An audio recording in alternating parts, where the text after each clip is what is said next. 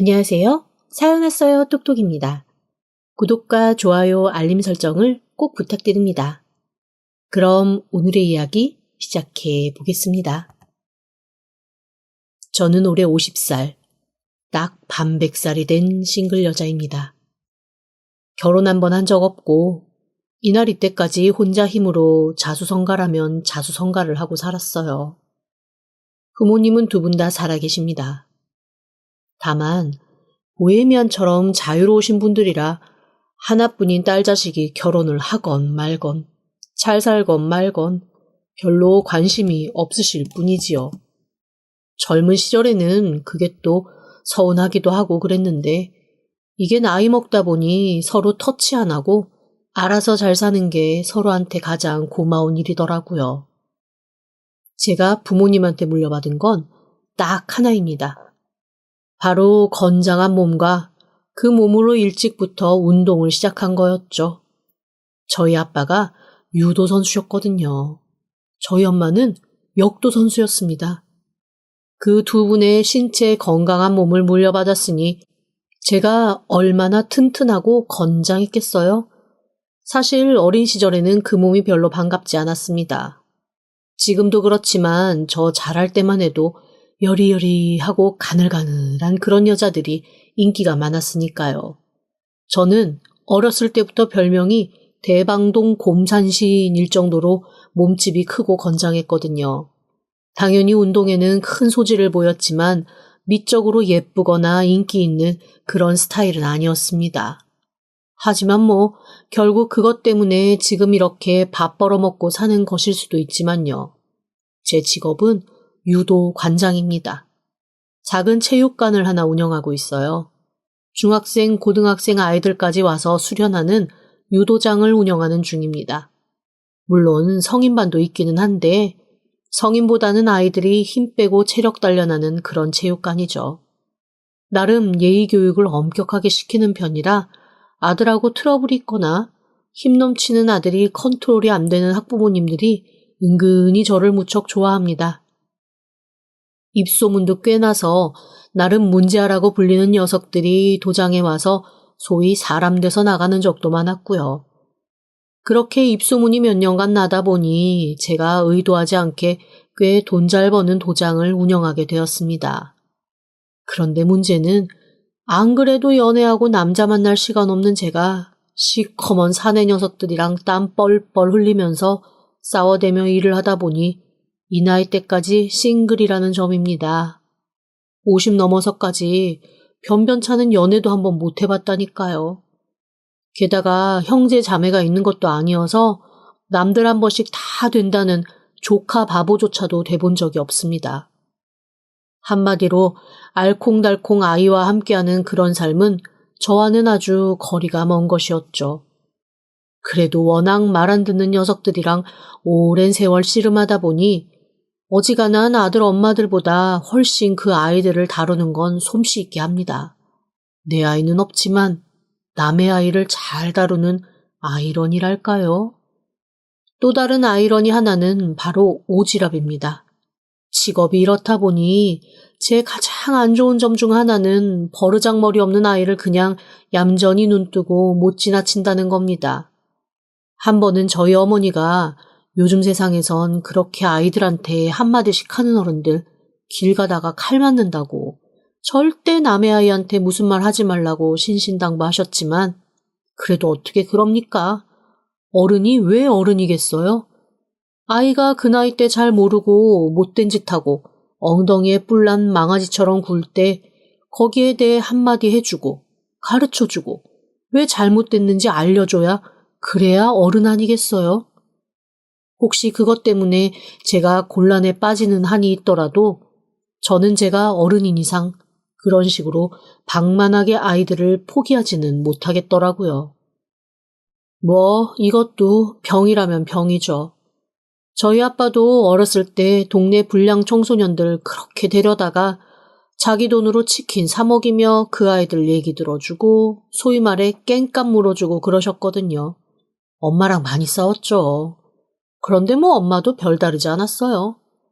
그렇게 싸우다가도 멍들고 다친 아이들을 보면 한숨 푹 쉬고 집으로 데려와 삼겹살을 부짐하게 구워서 먹이곤 하셨거든요.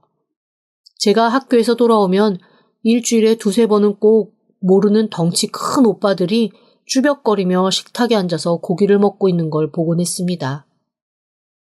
그것도 매번 다른 오빠들이었지요. 그렇게 키운 오빠들이 지금 제 주변에 한둘이 아닙니다. 다들 덩치들은 얼마나 크고 몸에 그림들은 얼마나 많은지. 아무리 제가 착한 오빠들이라고 해도 주변 사람들이 다 무서운 사람들이라고 슬슬 피할 정도의 그런 오빠들인데 그래도 지금 다들 나름 건실하게 잘 살아요. 학교 다닐 때는 본의 아니게 도움도 많이 받았죠. 다들 은혜 갚는 법을 모르니 저한테 잘 해준답시고 교문 앞에 와서 돌아가며 저를 기다리는 통에 저 조폭 딸이라는 소문까지 있었다니까요. 그렇게 저희 아빠한테 치킨을 숱하게 얻어먹더니 정말로 치킨집 운영하는 오빠도 있고 족발집 운영하는 오빠도 있고 유명한 운동선수 돼서 저 만날 때마다 도장 운영하는 데 보태라고 용돈 턱턱 주는 오빠도 생겼습니다. 여튼 저와 피를 나눈 형제자매는 없지만 그런 식으로 저희 아빠가 오지랖으로 만들어준 형제는 아주 많습니다. 사실 그것 때문에라도 좀 불안하긴 해요. 제가 이 나이에 만약에 누구라도 만나서 시집간다고 하면 그 오빠들이 눈에 불을 켜고 달려들어 그 사람을 달달 볶고 무섭게 만들 텐데 아우 생각만 해도 끔찍합니다. 차라리 아무도 안 만나고 제가 독거노인으로 늙어가는 게 차라리 낫죠. 어쨌건 이렇게 외로운 듯 안 외로운 듯 애매한 삶을 살던 어느 날 제 삶에 아주 작은 파란이 하나 밀려오기 시작했습니다. 바로 아랫집이었어요. 제가 도장 근근하게 운영해가며 진짜 50몇 년 만에 처음으로 내 집 마련이라는 걸 했거든요. 제가 얼마나 기뻤겠습니까? 평생 여기서 살면서 관짝에 들려 나갈 때까지는 절대 이사도 가지 말아야지라는 생각으로 제가 그동안 벌었던 돈의 상당 부분을 쏟아부어 인테리어도 아주 빡세게 했습니다. 그런데 문제는 아랫집 이웃을 너무 잘못 만난 거였어요. 아랫집이 하루가 멀다하게 싸우는 소리가 들렸거든요. 아니 사실 싸우는 소리라기보다는 일방적으로 누군가가 소리를 지르고 누군가는 맞거나 당하는 듯한 느낌이었습니다. 처음에는 가정폭력인가 했는데 아무리 동네를 왔다 갔다 해봐도 그 집에 여자가 있다는 흔적도 나타나지 않더라고요. 제가 나름 이 동네 토박이 거의 토착신 같은 그런 존재라 이 동네에서도 저를 모르는 사람이 없어서 제가 물어보면 어지간한 건 다들 말씀을 해주시거든요. 그런데 그 집에 대해서는 애 하나 있는 것 같기는 한데 엄마가 있는지는 모르겠다며 다들 고개를 설레설레 저으시더라고요. 그런데 분명 제 귀에는 여자 비명소리도 들리고 남자가 소리 지르는 것도 들리고 아이가 훌쩍거리는 소리도 들렸거든요. 이웃에서 충분히 들을 만한 큰 소리였어서 제가 저희 아파트 사람들한테 다 물어봤습니다. 그런데 그때마다 들려오는 소리가 다 조금씩 달랐어요. 그 집에 여자가 몇 명 있는 것 같던데. 근데 여자들이 다 분위기가 좀 침울해. 그래? 나는 남자만 봤는데. 남자만 한 서너 명 사는 거 아니야? 어머, 정말? 나는 애를 봤는데. 중학생 정도 되는 애 하나랑 초등학생 정도 되는 애 하나. 그렇게 형제 있는 것 같던데? 에이, 아니야. 그 집에 부부하고 아들 형제하고 그렇게 살잖아. 부부요? 아닌데? 부부 아닌 것 같았는데? 아우, 왜 이렇게 다들 얘기가 달라요. 대체 몇 집이 산다는 거야? 저 20평도 안 되는 조그만 집에 지금 얘기 들어본 걸로는 한 100평 정도 되는 집에 한 50명 정도 사는 그런 느낌인데? 그러니까 우리도 잘 모르겠네. 그런데 왜? 아니, 시끄러운 소리 못 들었어요? 난 너무 시끄럽던데? 아우, 좀 시끄럽긴 해. 그런데 중간중간 시끄러운 와중에도 좀 이상한 얘기들이 들려서 우리도 그냥 쉬쉬하고 있는 중이지. 어떤 소리요? 아니 뭐 그냥 부부가 신나고 행복해서 즐기는 소리 같기도 하고 뭐 신음 같은 거 뭐 그런 거 들리던데. 아이고 몰라. 민망해서 내가 그냥 피해버렸거든. 참 이상했습니다. 각자 들은 얘기도 상황도 인물 구성도 다 달랐으니까요. 의심되는 게 한두 개가 아니었지만 그렇다고 남의 집 일에 증거도 없이 함부로 뛰어들 수도 없는 노릇이고요. 그렇게 서로 멍하게 서 있는데 1층에 사는 까다로운 할머니 한 분이 그러시더라고요. 나는 한번 벨 눌러본 적이 있어. 너무 시끄러우니까 좀 조용히 해달라고 거기 누구 없냐고 벨 눌렀더니 어떤 여자가 글쎄 집안에서부터 선글라스를 끼고 나와가지고 죄송하다고 꾸벅꾸벅 인사하고 들어가더라. 엄청 멋부리는 여잔가 봐. 아니 집에서 웬 선글라스? 어머, 그거 선글라스 아닌 거 아니에요? 아니 내가 TV에서 봤는데 그 매 맞는 여자들이 집에서도 선글라스 끼고 있고 그런다던데? 혹시 그 집 가정폭력 있는 거 아니에요? 그런가?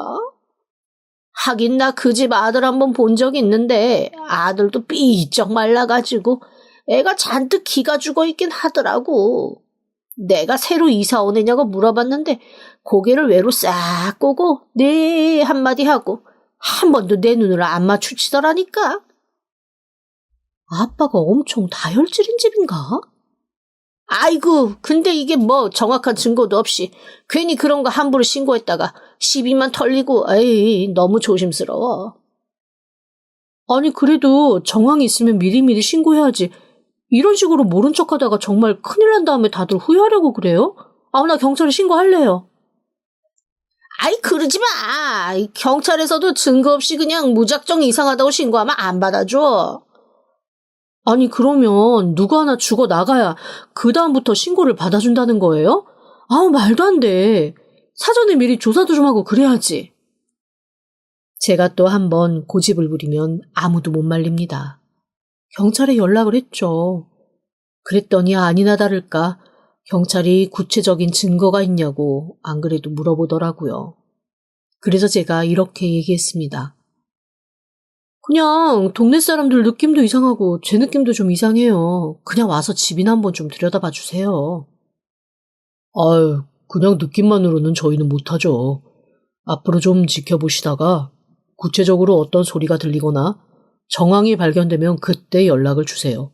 저희가 바로 출동하도록 하겠습니다. 그런데 그 얘기를 듣고 나니 또 제가 무작정 아무 정황 증거도 없이 그 집에 무조건 뛰어들어가서 살펴보라고 말을 할 수는 없더라고요. 그래서 일단 알겠노라 대답했습니다. 그렇게 이웃집에 대한 제 감시 아닌 감시는 그때부터 시작되었습니다. 이웃 사람들도 한번 그렇게 얘기가 나온 후부터는 계속 그 집을 유의 주시하기는 하더라고요. 그런데 이게 참 가는 날이 장날이고 마누라 때린 날 장모 온다는 말도 있잖아요. 저희가 모두 그 집을 주시하기 시작한 그 다음부터 세상에 그 집이 정말 쥐 죽은 듯 조용해지는 겁니다. 오죽하면 동네 사람들이 우리 얘기하는 거 저 집에서 들은 모양이다. 이거 분명히 정보가 새나갔다 이러면서 헛헛하게 웃을 정도였다니까요. 그렇게 한 달 정도 시간이 흘렀을 때의 일입니다. 저도 더 이상 아랫집에서 그다지 시끄러운 소리가 들려오지 않아서 살짝 방심하고 있던 어느 날 엘리베이터에 탔는데 처음 보는 아이가 잔뜩 기가 죽은 채로 엘리베이터 타서 구석으로 쓱 들어가 고개를 푹 숙이고 서더라고요. 그리고 딱 버튼을 누르는데 바로 저희 아랫집 버튼을 누르는 거였습니다. 너 우리 아랫집 사는구나. 903호 사니? 네. 얼굴 처음 보는데 이사 온 지는 꽤 됐지? 가끔 집에서 좀 시끄러운 소리가 나서 내가 한번 가보려고 했어. 안녕히 가세요. 예. 여기 9층 아닌데? 4층인데? 저도 압니다. 제가 좀 주책스럽게 훅 달려들어 물어봤다는 걸요. 하지만 그거보다 더 놀라웠던 건 아이의 반응이었습니다. 시끄러운 소리가 나는 것 같던데 라는 말을 하는 순간 아이의 얼굴이 부끄러움에 빨갛게 달아오르는 게 아니라 무서움에 하얗게 질리는 듯한 느낌을 받았어요. 그리고는 자기가 내려야 하는 층도 아닌데 바로 버튼 눌러 엘리베이터에서 내려서 계단을 뛰어 올라가더라고요. 뭔가 좀 이상했습니다. 그 이후에도 그 아이를 몇 번 엘리베이터에서 더 만날 일이 있었어요. 그리고 그때마다 아이는 제가 무슨 말이라도 시킬까봐 무서운 듯 항상 구석에 서서 얌전하게 바닥만 보고 있었습니다. 그런데 어느 순간부터 저는 그것도 너무 이상한 거예요. 그 나이 또래 아이들이 보통 그렇게 가만히 서 있을 때는 핸드폰을 보잖아요. 근데 핸드폰조차 보지 않고 바닥만 가만히 내려다보고 있는데 얘는 핸드폰도 없나? 라는 생각이 들면서 순간 좀 의심이 들기 시작했습니다. 너 몇 학년이니? 저는 또 저의 오지랖을 참지 못하고 아이에게 말을 걸었습니다. 중학교 1학년이요. 어머, 그래? 우리 도장에 한번 나와라. 우리 도장에서 신나게 운동하다 보면 키도 큰다? 이웃 할인해 줄 테니까 도장에 한번 나와서 운동해. 도장이요? 나 저 앞에서 유도도장 운영하거든. 부모님하고 한번 같이 와. 그러자 아이가 또 얼굴이 하얗게 질리면서 후다닥 엘리베이터를 뛰어나갔습니다. 왜 저 아이는 부모님 얘기만 나오면 저렇게 하얗게 질려서 후다닥 뛰어나갈까 좀 의아하긴 하더라고요. 그리고 저는 어렴풋이 그 이유를 얼마 후에 집 앞에서 마주친 그 집 사는 사람들을 보고 알게 되었습니다. 온몸에 그림이 가득한 사람들이 저한테는 오빠들 때문에 익숙하지만 동네 사람들한테 몹시 낯선 것이잖아요. 그런데 그런 모습을 한 한때의 남자들이 335 모여서 담배를 피고 있더라고요. 저희 동네 화단 금연구역이거든요. 사람들이 차마 그 무서운 모습에 말은 못하고 흘끔흘끔 보면서 자기네들 아이들 데리고 슬금슬금 피하길래 제가 또 과감하게 다가가서 얘기를 했습니다. 저기요, 여기 금연구역인데요? 뭐라고? 지금 저기 아이들 엄마랑 다 담배 냄새 때문에 불쾌해하면서 피하는 거 안 보여요? 금연구역에서 이렇게 흡연하시면 안 되지. 밑에 이렇게 담배째도 잔뜩 떨어뜨려 놓으시고. 어이가 없네. 아줌마, 다치고 싶지 않으면 그냥 가요. 어이가 없는 건 제 쪽이고요. 금연이라는데 뭐가 어이가 없어요? 금연구역에서 흡연을 하시는 게 어이가 없는 거지. 다들 담배 끄고 담배째는 손에 얌전히 들고 갖고 가서 버려주세요. 뭐야? 이 미친 여자가, 이씨! 그 순간 저 진짜 영화에서나 보던 장면을 경험했습니다. 미친 여자가 진짜라는 말이 끝난과 동시에 한 녀석이 주먹을 들고 저한테 바로 달려들더라고요. 제가 정말 운동하는 사람이 아니었으면 그대로 맞아서 쓰러졌을 각도와 순간이었습니다. 하지만 정말 다행히도 저는 운동을 하는 사람이고 그 정도 동체 시력은 충분히 있고 피할 능력도 다행히 가지고 있었죠.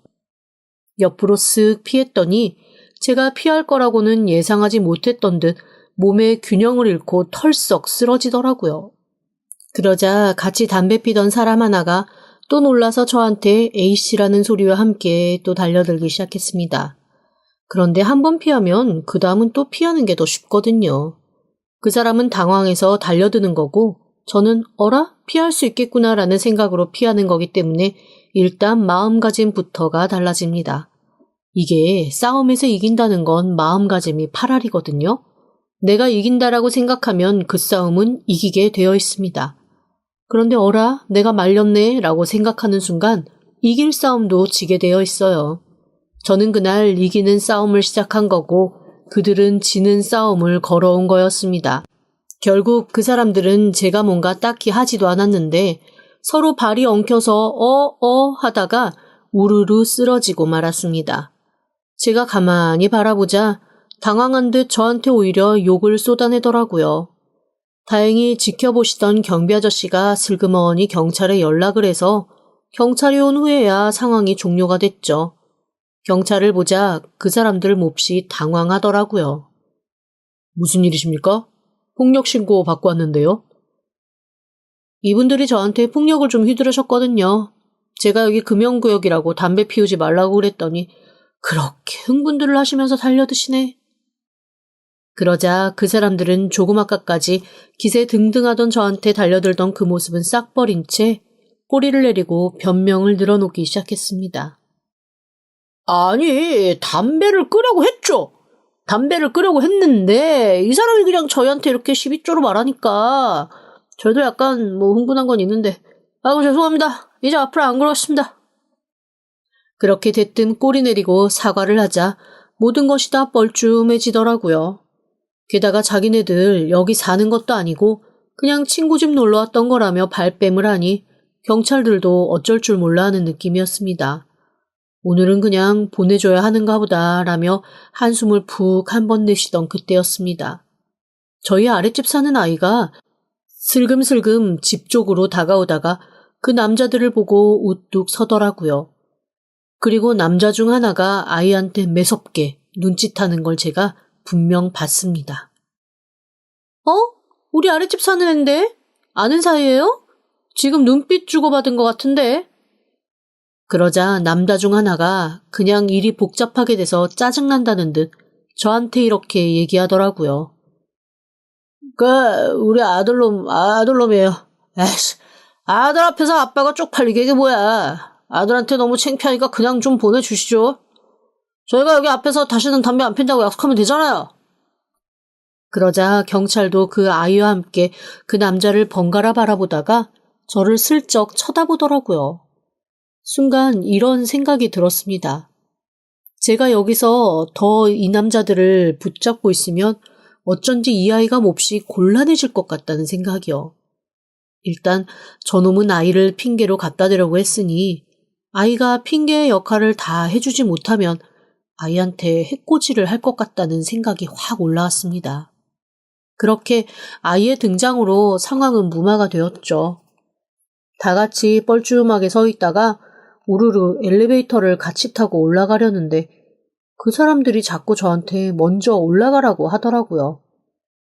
먼저 올라가세요. 저희는 여기서 좀 얘기 좀 하다가 올라갈 거니까. 아니, 아까 경찰한테는 얘기 다 끝나서 바로 올라갈 거라고 하셨잖아요. 저희 아파트가 오래돼서 엘리베이터 운행하는데도 전기세 많이 들어요. 한 번에 올라가는 김에 같이 올라가시죠. 그리고 제가 아드님한테 저희 도장 한번 나오지 않겠냐고 얘기했는데 아드님 도장 한번 보낼 생각 없어요? 얘는 그런 거 안 보내도 되니까 신경 끄쇼. 진짜 미친 여편네. 미친 여편네 아니고요. 김 관장이라고 불러주시면 됩니다. 그리고 제가 EUTC 좀 잘해드릴 수 있는데 꼭 한번 진지하게 생각해 보세요. 그러자 그 아랫집 사람 눈빛이 아주 험악하게 바뀌더라고요. 대체 이 여자가 왜 이렇게 나한테 들러붙나 당장 떼어내고 싶은 귀찮은 것이 걸렸다 이런 눈빛이었습니다. 물론 저도 이게 엄청나게 민폐고 쓸데없는 짓인 건 알고 있었어요. 하지만 저로서는 그럴 수밖에 없는 이유가 있었습니다. 그 아이랑은 1층부터 9층 올라가는 시간까지 아주 짧게밖에 이야기를 할 시간이 없었어요. 아이의 상태를 살펴볼 시간이 저한테는 없었던 거죠. 하지만 이런 식으로 아이와 가까이 있을 수 있는 기회로 아이를 좀 구석구석 살펴보고 싶었습니다. 주책 맞은 아줌마인 것처럼 이것저것 아랫집 남자에게 말을 걸면서도 제 눈은 끊임없이 아랫집 남자의 뒤에 서서 고개를 푹 숙이고 있는 아이를 살펴보기 시작했습니다. 아이가 입은 옷 안쪽으로 엄청나게 많은 멍과 상처 자국이 설핏설핏 비쳐서 보이더라고요. 머리 한쪽은 약간 뜯긴 것 마냥 원형 탈모처럼 일부분이 크게 빠져있기도 했습니다. 입술은 립밤 한번 발라보지 않은 듯 거칠게 일어나 있었고 사이사이로 피도 좀 맺혀 있었어요. 무엇보다 아직 중학교 1학년밖에 안 된 어린아이의 표정이 세상을 다 잃고 포기한 듯한 생기 없는 그런 얼굴빛이었습니다. 분명히 이건 정상은 아니다라는 생각이 강하게 올라오더라고요. 제가 아이를 흘끔흘끔 보는 걸 눈치챈 아랫집 사람이 저한테 위협적으로 한 발짝 다가오며 무섭게 말을 했습니다. 이 여편 내가? 남의 아이를 자꾸만 왜 그런 식으로 보지? 아니, 워낙 잘생겨서요. 내가 잘생긴 사람 좋아하거든.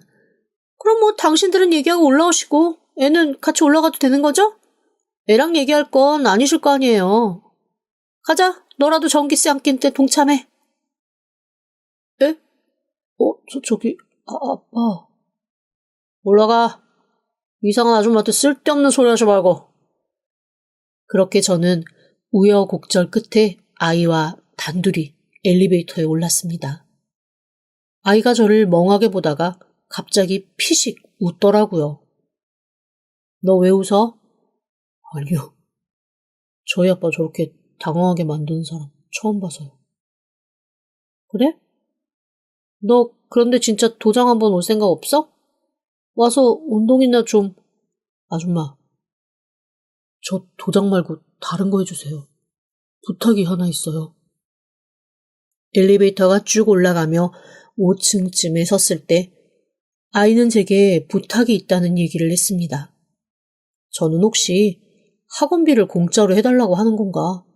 만약에 그런 부탁이라면 일단 들어는 줘야겠다라는 마음을 먹고 아이한테 무슨 부탁이냐고 물어봤습니다. 그런데 아이가 한 얘기는 정말로 충격적인 것이었어요. 아줌마, 저는 엄마가 3명이에요. 제 4번째 엄마가 되어주세요. 뭐라고? 제가 놀라서 반문하는 그 순간 엘리베이터는 9층에 섰습니다. 아이는 저한테 간절한 눈빛을 한 번 더 보내고 엘리베이터에서 내렸고 그 순간 계단으로 올라온 듯한 9층 남자들이 바로 앞에서 아이를 확 낚아채더라고요. 아이는 저와 더 이상 한마디도 못하고 엘리베이터 문이 닫혔습니다. 10층에 내려 가만히 아랫집에 귀를 기울였지만 별소리 없이 문 닫히는 소리만 쾅 들리더라고요. 이게 대체 무슨 미친 소리인가 싶어 그날 하루 종일 일이 조금도 손에 잡히지 않았습니다. 엄마가 셋이라는 건 뭐고 갑자기 4번째 엄마가 되어달라는 말은 뭔지 이 아이가 뭔가 정상은 아니라는 생각에서부터 정말 오만 생각이 다 들었습니다.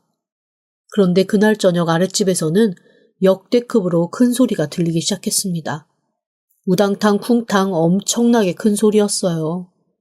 경찰에 연락을 했고 낮에 있었던 일 때문에 그랬는지 빠르게 출동했더라고요.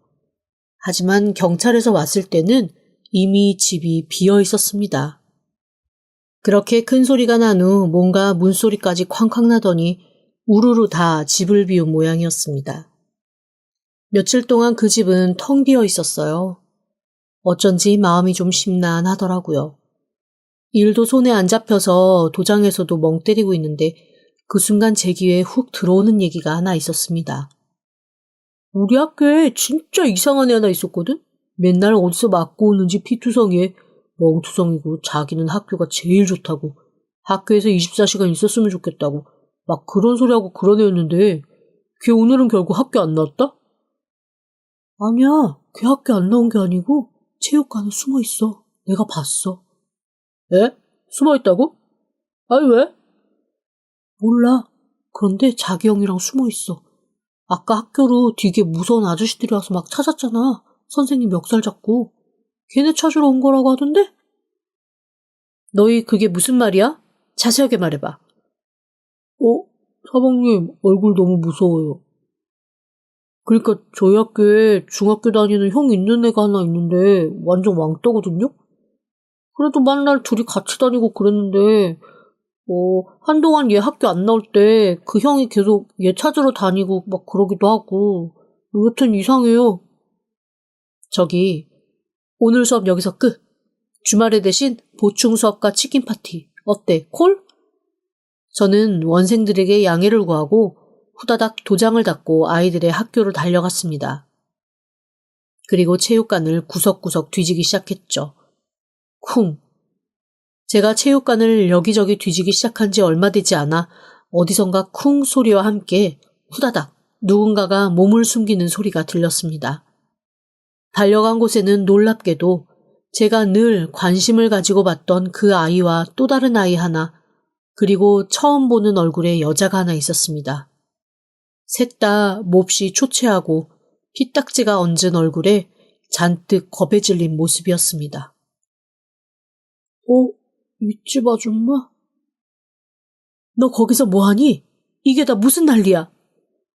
제발요. 그냥 모른 척 해주세요. 여기 며칠만 더 있다가 조용해지면 알아서 갈게요. 네? 제발요. 부탁드려요. 밥도 못 먹고 물도 못 마실 꼴인데 그냥 두고 가라고? 그게 무슨 소리야? 이 여자 혹시 엄마? 저희 좀 살려주세요. 네? 경찰은 안 돼요. 그 사람들이 알면 큰일 나요. 대체 무슨 상황인지 알 도리가 없더라고요. 하지만 일단 세 사람이 모두 잔뜩 겁에 질린 듯해서 집으로는 데려갈 수가 없을 듯했습니다. 어쩔 수 없이 제일 가까운 곳에서 족발집 하는 오빠를 불렀죠. 덩치가 제 2배 많은 되는 오빠는 평소 부르는 일이 없던 제가 다급하게 호출을 하니 아이고 창피하게도 아빠 덩치 꼭 닮은 조카 둘까지 데리고 험악하게 들이닥치더라고요. 그 모습을 보고 오히려 아이들과 그 아이들의 엄마 같은 여자는 더 겁에 질리고 말았죠. 저기 덩치가 크고 험상궂기는 한데 보는 것만큼 나쁜 사람은 아니야. 물지 않아. 그러니까 걱정하지 말고. 오빠와 조카는 제 말을 듣고 살짝 민망해하며 그 셋을 난짝 안아들고 빠르게 차 안으로 들어갔습니다. 그런데 그때 학교 안으로 아랫집 남자들이 어슬렁어슬렁 들어오는 게 보였습니다. 오빠, 저 사람들이야. 들키지 않게 빨리 가야 돼. 알았어. 뭐라? 나 저 얼굴 아는데? 알아? 어렸을 때 몇 번 어울린 적 있는데 아주 질 나쁜 놈들이야. 소문은 듣고 있었지. 무슨 상황인지 알겠다. 일단 피하자. 오빠는 그렇게 조카들과 함께 아랫집 가족을 싣고 바로 내달렸습니다. 그리고 제가 아는 한 가장 안전한 저희 부모님 댁으로 데리고 갔죠. 그 집에서 저는 충격적인 얘기를 접하게 되었습니다. 아랫집 사람들 정말 무서운 사람들이었어요. 아이가 아빠라고 불렀던 그 남자 앵벌이 조직의 대장이었습니다. 여자와 아이들을 데려다가 자기 필요대로 쓰고 쓸모가 없어지면 바로 처리해버리는 잔인한 사람들이었더라고요. 여자들이 계속 바뀌었던 것도 그래서였습니다. 형제 외에 다른 아이들이 바뀌었던 것도 그런 이유였고요. 그런데 너희는 왜 학교를 다니고 있었던 거야? 아니, 왜라는 질문도 좀 이상하기는 하지만 반에서 좀 외톨이인 아이들이나 가출하고 싶어하는 애들 꼬셔서 데리고 오는 역할이었어요. 그러다 애들 안 데리고 오면 맞고. 와, 그 쓰레기. 저는 손이 부들부들 떨렸습니다. 아이들이 안쓰러워 마음이 무너지더라고요. 모든 상황을 알았으니 할 일은 하나였죠. 바로 경찰에 신고하고 집으로 쳐들어갔습니다. 경찰은 그 집에서 질펀하게 벌어지고 있던 도박판을 덮쳤고 모여있던 사람들은 싹 잡혀 들어가게 되었습니다. 게다가 무슨 짓을 한 건지 정신 못 차리고 해롱거리는 사람들까지 있어서 아주 한동안 아수라장이었죠. 이후 저는 평생을 살려고 했던 그 아파트를 처분하고 부모님이 계시는 집 근처로 이사를 했습니다. 그곳에서 도장을 열까 하다가 그냥 오빠 중 하나가 분점을 내준 피자집을 운영하기로 했어요. 제가 입양한 아들 둘이 피자를 너무 좋아해서 하나하나 사 먹이는 것보다 가게에서 만들어 먹이는 게 훨씬 싸게 먹혀서였다고나 할까요? 네, 저는 아랫집 형제 둘을 입양했습니다. 혼자 사는 제가 입양하기는 쉽지 않아서 아이가 없는 오빠 중 한 사람이 입양하고 저는 그 아이들을 양육하기로 했죠. 법적인 게 무슨 상관이겠습니까? 그 아이들과 저는 이미 끈끈한 모자관계인걸요. 지금까지 들어주셔서 감사합니다. 구독과 좋아요, 알림 설정은 사연 왔어요 톡톡에게 큰 힘이 됩니다. 지금 바로 구독 부탁드립니다. 그럼 다음 사연으로 또 찾아오겠습니다. 감사합니다.